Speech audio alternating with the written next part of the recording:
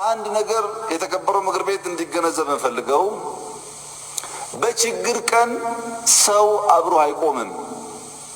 እንኳን ሰው የራስህ ጥላ ጨለማ ሲሆን ይከዳል። በችግር ጊዜ የኛ ወታደሮች ከሞት ሸሽተው ሄደው የተደረገላቸውን ክብካቤ የኢትዮጵያ ታሪክ አይረሳውም። ይሄን እንድንክድ እንድንረሳ እንድንሳደብ የሚፈልጉ ኃይሎች ሞኞች ናቸው። አናደርግም። እሱ በጣም ነው የምናመሰግነው የኤርትራ ሕዝብና መንግስት ስላደረገው ነገር።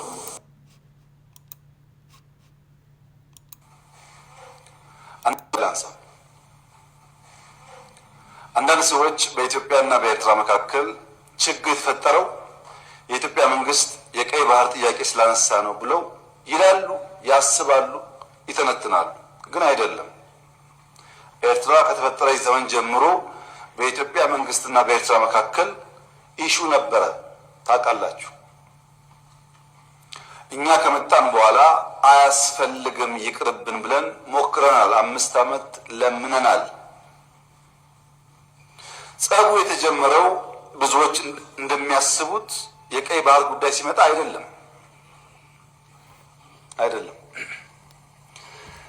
በትግራይ ውጊያ ሲጀመር የመጀመሪያው ዙር ውጊያ ሽሬ ካስለቀቅን በኋላ የኤርትራ ጦር ከኋላ ኋላ ተከትሎ ሽሬ ገብቶ የአንዳንድ ሰዎችን ግለሰቦች ቤት ማፍረስ፣ ፎቅ ማፍረስ ሲጀምር ጸብ ተጀምሯል። አልተናገርንም እንጂ አክሱም ይዘን ስናልፍ አክሱም ገብቶ ወጣቶች በጅምላ ሲረሽን ጸብ ተፋፍሟል። አድዋን ይዘን ስናልፍ አድዋ ሄዶ ፋብሪካዎች ሲፈታታ ሲሰርቅ ጸብ ተጋግሏል። አዲግራት ደርሰን የመድኃኒት ፋብሪካውን የሚነቀለውን ነቅለው የማይነቀለውን ሲያፈራርሱ ጸቡ ጫፍ ደርሷል።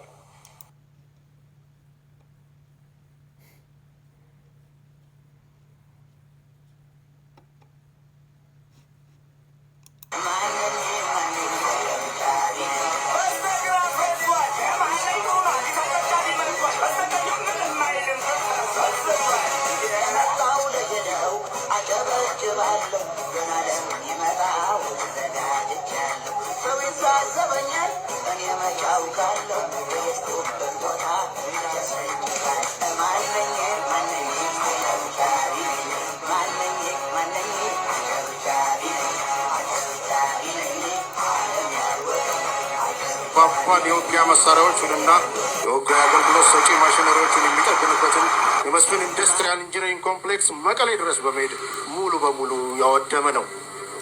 የጁንታው ኃይል የተለያዩ ወታደራዊ አልባሳትን እያመረተ ለእኩይ ተግባሩ ይጠቀምበት የነበረን ከባድ የውጊያ መሳሪያዎችንና የውጊያ አገልግሎት ሰጪ ማሽነሪዎችን የሚጠግንበትን የመስፍን ኢንዱስትሪያል ኢንጂነሪንግ ኮምፕሌክስ መቀሌ ድረስ በመሄድ ሙሉ በሙሉ ያወደመ ነው። የጁንታው ኃይል የተለያዩ ወታደራዊ አልባሳትን እያመረተ ለእኩይ ተግባሩ ይጠቀምበት የነበረን አልማዳ ጨርቃ ጨርቅና ጋርመንት ፋብሪካ አድዋ ድረስ በመሄድ ከጥቅም ውጪ ያደረጉ ናቸው። አድዋን ይዘን ስናልፍ አድዋ ሄዶ ፋብሪካዎች ሲፈታታ ሲሰርቅ ጸብ ተጋግሏል። አዲግራት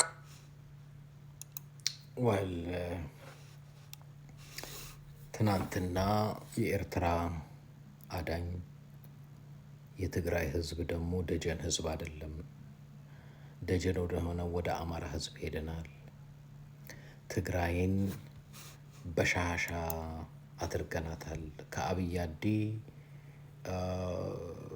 አዲ ወይ ከበሻሻ የተሻለ አይደለችም።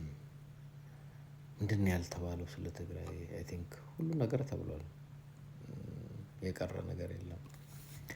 እና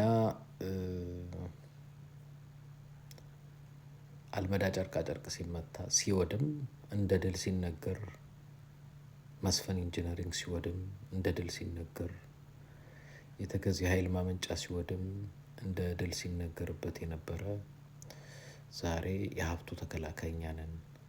ከኤርትራ ጋር ያጣላን አንዱ ዋናው ምክንያት ኤርትራ ስለገደለ ስለዘረፈ ነው።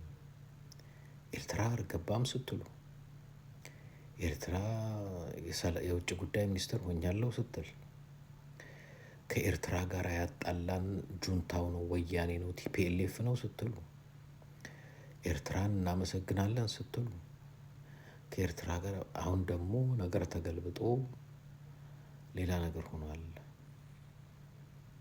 አብይ አህመድ የጭንቅላት አልዛይመር የያዘን ወይንም ደግሞ በቃ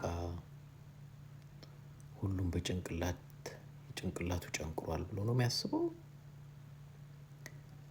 እና ዛሬ በሱ ፕሮፓጋንዳ ትግራይን ከኤርትራ አማራን ከትግራይ አያይዛለሁ ብሎ የተናገረው ስሰማ በጣም ነው ያዘንኩት። ያላቸውን አቋም ሳይ ምን ያክል ህዝባቸውን እንደሚጠሉ ምን ያክል የህዝባቸው በደል እንደማያማቸው ነው የሚገባኝ። ድሮም ብያለሁ፣ አሁን ደግማለሁ። እኛ እውነት ስላለ በቅንነት ለህዝባችን ማገልገል አማራ ክልል ሲገባ ቲፒኤልኤፍ እውነተኛው ፈራጅ ግን ስለሚያይ ማንም አያሸንፈንም። ማንም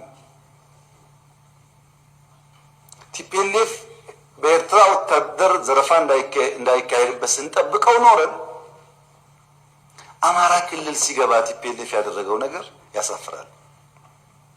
ፋብሪካዎች አፍርሷል፣ ትምህርት ቤት አቃጥሏል፣ ባንክ ዘርፏል። የኢትዮጵያ መከላከያ ሰራዊት መቀሌ ነበረ በብቸኝነት ቲፒኤልኤፍን አባሮ ሻቢያን ሳያስገባ መቀሌ አንድ ቤት የፈረሰ አታገኙ። አንድ ቤት አብያዲ፣ ሁመራ፣ ሽሬ፣ አድዋ፣ አክሱም፣ መቀሌ አንድ የሞተ ሰው የለም ሲል ታስታውሳላችሁ። ድል ቁርሱ ድል ወንበሩ በሚልበት ጊዜ አሁን ደግሞ ትግራይን ከኤርትራ አማራን ከትግራይ አናክሳለሁ ማለት ማንም አያውቀውም ብዬ አይደለም። ይህን ሰው እንደ መሪ አይደለም። ሰይጣንን መርጠ መጠየፍ ከተገባ አንዱ እንደ ሰይጣን ልትጠየፈው የሚገባ ግለሰብ ወንበሩን ፖለቲካውን ማፋቀር እንኳን ባይችል አትሊስት ማጋደል ታቆማለህ። ታየ ደንደአን ያለው በንጹሃን ደም የሚጨማለቁ ብሎ የተናገረው እኔ ለሱ ንግግር ብዙ አይደለም ብዙ ብዬበታለሁ። ዩቲዩብ ላይ ገብታችሁ ቪዲዮዎቹን ተመልከቱ። ግን በዚህ መጠን ህዝብ ሲናቅ፣ በዚህ መጠን በፓርላማ የጦርነት ቅስቀሳ ሲደረግ፣ የጥላቻ ቅስቀሳ ሲደረግ አይቼ ሰምቼ አላውቅም። በጣም እንድንጠየፈው አሚን ህዝብም እንዲጠላው ነው ያደረገው። እሱ በሱ ቤት ፕሮፓጋንዳ መስራቱ ነው። ግን ህዝቡ የሰባተኛ ወይ የበሻሻ ጭንቅላት አይደለም ያለው፣ የሰባተኛ ክፍል አልፎ ሄዷል። ህዝቡ ልማትና ኢኮኖሚ ብሎ ሲያወራ የሚያወራው የዩናይትድ አረብ ኤምሬትን ነው እንጂ ኢትዮጵያን አይመስልም።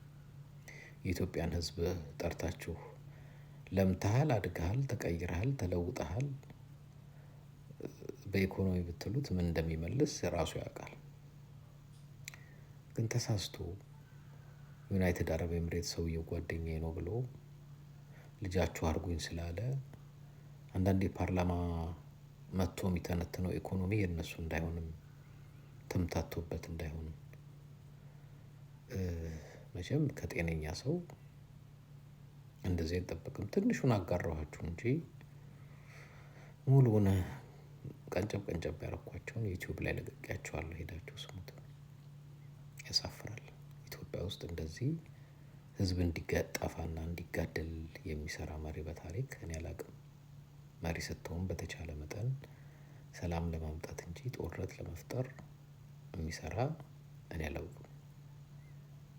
እዚህ ግን የተለየ ነው። ነውረኛ፣ ክፉ ነው።